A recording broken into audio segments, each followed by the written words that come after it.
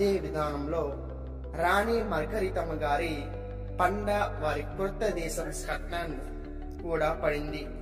సత్యవేదాన్ని సద్విద్య ప్రజలకు బాగా అందించడంలో తిలకగారు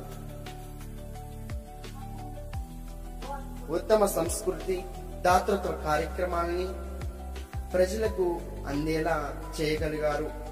ఆయమ్మ సూచనల మేరకు అనేక దేవాలయాల్ని నిర్మింపజేసింది. రాణి మార్గరితమ్మ గారు తమకు వలె తమ పిల్లల్ని కూడా విశ్వాసంలోను ప్రేమలోను క్రమశిక్షణలోను పెంచారు.